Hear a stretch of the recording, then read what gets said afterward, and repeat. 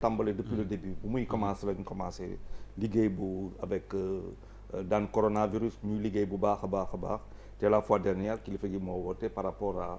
justement la troisième vague pour dire bon il faut se remettre au travail ñu gis liggéeyu l'observateur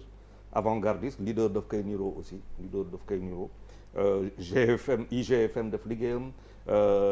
TFM n'en parlons pas RFM def liggéeyam c'est le moment de saluer vraiment beaucoup tout le travail je pense que cette semaine on a fait vous n'avez fait que ça avec Diaga et toute l'équipe rédactionnelle je pense que leader aussi c'est un peu ça d'ailleurs moi le problème que j'ai un peu avec Covid je ne suis pas du tout d'accord parce que bu ñuy ne le monde a été surpris non quand on est de face à une inconnue on se prépare à toutes les éventualités du moins c'est loolu laa mos a jàng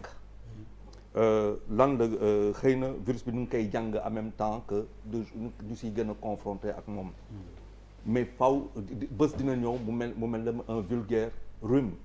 mais le rhume a eu les mêmes conséquences à ses débuts xëy na dafa sori mënuñu ko kii mais a eu les mêmes conséquences ça veut dire quoi ça veut dire qu'il faut se préparer bu ñuy ne mutation mais un virus mute fu mu munti dem dafay muter pour man là où nous avons manqué totalement et ça j'en veux un peu aux scientifiques parce que tam ay réponses dañ koy def dañuy anticiper si yu bëri avoir man ko fi doon wax keroog ba mu fiy ne la troisième vague la deuxième vague fii lañ ko avertir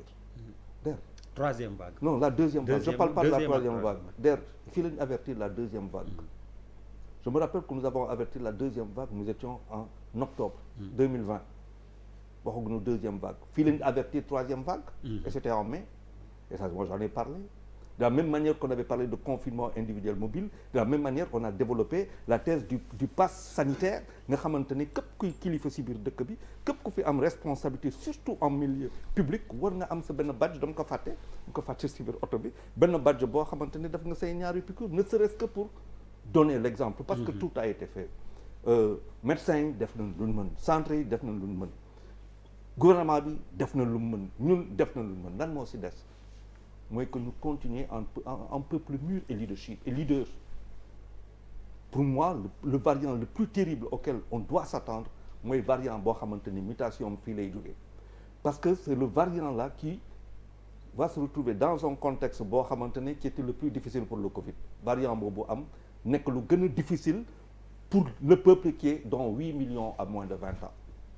il va falloir au moins de 20 ans il va falloir qu'on pense à ces choses-là c'est-à-dire le leadership sanitaire c'est maintenant qu'il s'impose au Sénégal mais dafa laaj benn leadership avec une affirmation gouvernementale bu am solo on a vu Macron dire la vaccination je l'affirme avec force ne sera pas obligatoire il l'a dit en 2020 aujourd'hui il dit la vaccination est obligatoire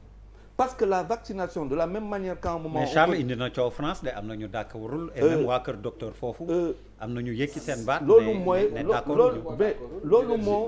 loolu moo normal que les gens ne soient pas d'accord wax naa ko fi keroog ñi wax que les gens ne soient pas d'accord se comprend maintenant est-ce que de la même manière que ta liberté s'arrête là où commence celle d'un autre c'est de la même manière que ta santé aussi il va falloir qu'on commence à être cohérent dans ce qu'on dit bu fekkente ne tey der par rapport à tabaski bii di ñëw nous n'avons pas le courage de nous dire les vérités pour moi c'est difficile ma position est très difficile mais faw ñu waxtaan si parce que dëkk bi c'est ouvert tey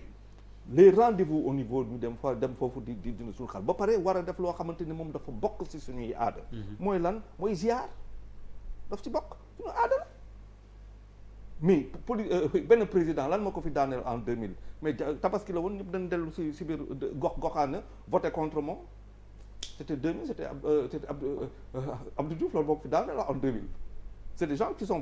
allés voter massivement ça veut dire que ñun bu ñu xoolee Dakar